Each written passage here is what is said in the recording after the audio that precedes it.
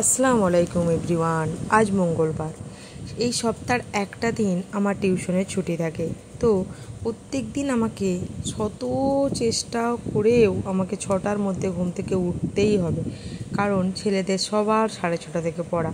তো আমি আজ মঙ্গলবার দিনটা একটু বেলা করে ঘুম থেকে উঠি, যেন একটু ঘুমিয়ে নেওয়া যাক, কারণ এই একটা দিনই আমি একটু ঘুমাতে পারি।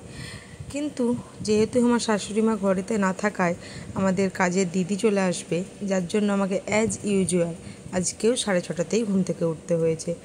তো যাই হোক, আমি নিচে সমস্ত কাজকর্ম সেরে দিদি বাড়ি চলে যাওয়ার পরে ওপরে এসে আমার ওপরটা ঝাড় দিয়ে নিলাম।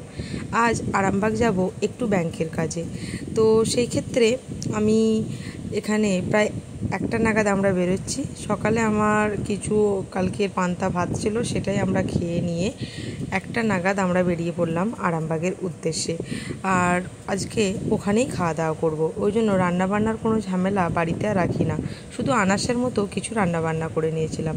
আর ওই যে কাপটা দেখালাম, ওই কাপটা আজ আমার বান্ধবী আইবুড়ো চায়ের দাওয়াত দিয়েছি। ভাত তো খাওয়াতে পারবো না, আনাসকে নিয়ে প্রচুর ঝামেলা, যার জন্য ওকে সন্ধ্যেবেলা আজকে ইনভাইট করেছি। তো আমরা আরামবাগে এসে একটা আমার ঘড়ির দরকার ছিল, সেই ঘড়িটাই প্রথমে কিনে নিলাম। তারপর টুকটাক কাজ সেরে বাড়ি ফিরলাম।